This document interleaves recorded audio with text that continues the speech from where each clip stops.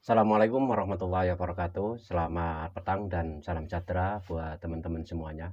Berjumpa kembali di saluran Kulipeng. Nah, pada kesempatan hari ini saya akan share video mengenai beberapa cara untuk pulang bagi teman-teman TKI yang kosongan ataupun ilegal ya.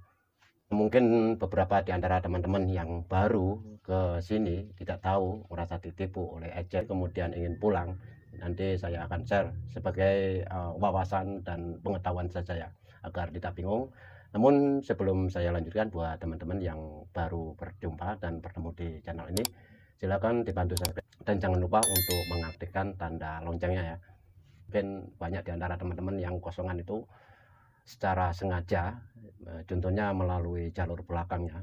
Biasanya mereka ini mempunyai nyali yang cukup besar ya, karena memang sengaja untuk bekerja di Malaysia melalui jalur lewat belakang tanpa dokumen, ataupun yang pada awalnya itu mempunyai dokumen resmi melalui jalur depan ya, dengan cara melalui PT awalnya, dan tidak tahunya sampai di sini cuma diberikan visa biasa ya, sampai visanya mati kemudian dia kosong. Ataupun mereka yang mempunyai permit kemudian tidak sanggup untuk menyambung permitnya, tidak pulang dan tetap di sini.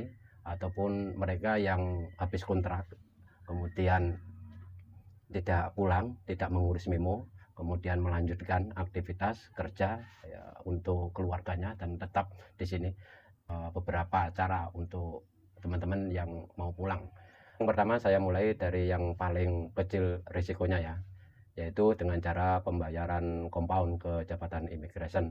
Saat ini untuk teman-teman yang mau pulang bisa melalui proses pembayaran compound sesuai dengan berapa lama teman-teman melebihi masa dari visa atau permit teman-teman ya, atau dari job terakhir teman-teman. Itu di pembayarannya sesuai dengan berapa lama overstay-nya. Tentunya cara ini adalah cara yang paling aman dan selamat, namun bukan berarti tanpa risiko ya. Risikonya adalah teman-teman akan terkena blacklist ya. Blacklist ini juga ada yang blacklist 1 tahun, 3 tahun, 5 tahun, dan mungkin ada yang kena seumur hidup ya. Jadi itu sesuai dengan berapa lama teman-teman itu tinggal melebihi masa di Malaysia. Oke, cara yang kedua adalah dengan cara menyerahkan diri ke balai polis. Entah itu tidak punya duit, tidak mempunyai pekerjaan, kemudian siapa tahu teman-teman putus asa ingin pulang, ataupun teman-teman yang kena tangkap ya melalui operasi Jabatan Imigrasi di tempat kediaman teman-teman. Jadi teman-teman yang seperti ini akan menjalani hukuman terlebih dahulu ya. Biasanya itu akan dijalani hukuman entah itu 3 bulan ataupun 6 bulan. Dan ketika kena tangkap tidak mempunyai dokumen sama sekali, ataupun mempunyai dokumen akan tapi paspornya sudah mati, teman-teman akan dibuatkan SPLP dari pihak KBRI atau KJRI yang nantinya akan datang. Dan setelah itu teman-teman bisa pulang. Akan tapi sebelum pulang teman-teman akan dicop dan akan terkena blacklist ya. Itu bagi teman-teman yang kena tangkap. Nah, setelah teman-teman menjalani hukuman itu, teman-teman akan pulang secara gratis ya. Kalau dulu ya itu biasanya pulang bagi yang mempunyai duit itu bisa menebus dan bisa pulang. Tapi biasanya itu akan menjalani hukuman terlebih dahulu ya, kemudian bisa pulang dengan jalan dideportasi. Kemudian untuk cara yang ketiga, ini adalah teman-teman pernah mendengar istilah tembak lorong ya. Istilah ini buat teman-teman yang melalui jalur udara ya. Jadi tembak lorong, jadi teman-teman biasanya itu ada mempunyai dokumen juga.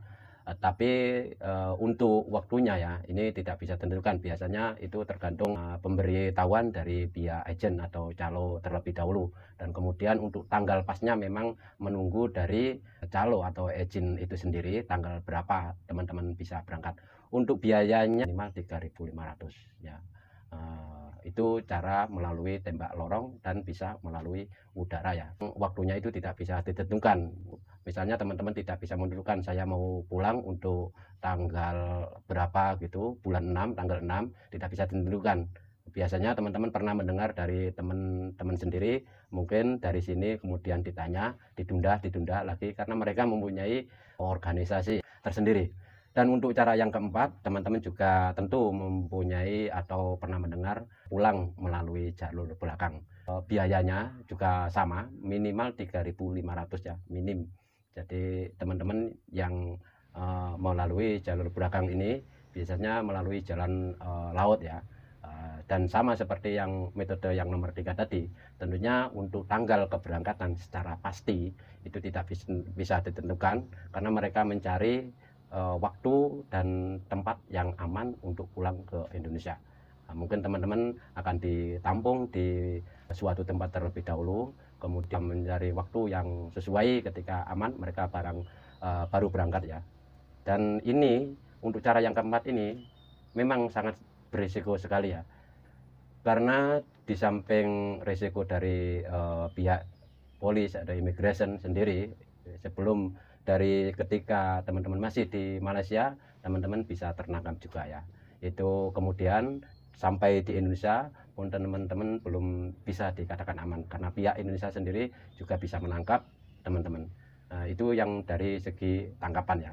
Kemudian belum dari segi cuaca ya. Dari segi cuaca karena sering terjadi kecelakaan, bahkan ada yang nyawa pun bisa menjadi taruhan, mungkin cuacanya tidak baik, gelombang yang besar, angin yang kencang, ya siapa tahu ya. Dan ini sangat berisiko sekali. Oke, untuk yang keempat ini saya sangat tidak menyarankan buat teman-teman yang kosongan itu pulang melalui jalur belakang ya. Di samping itu banyak juga ya teman-teman yang saya dengar dan mungkin teman-teman juga sering mendengarnya ya. Teman-teman yang melalui jalur belakang ini banyak yang kena tipu ya.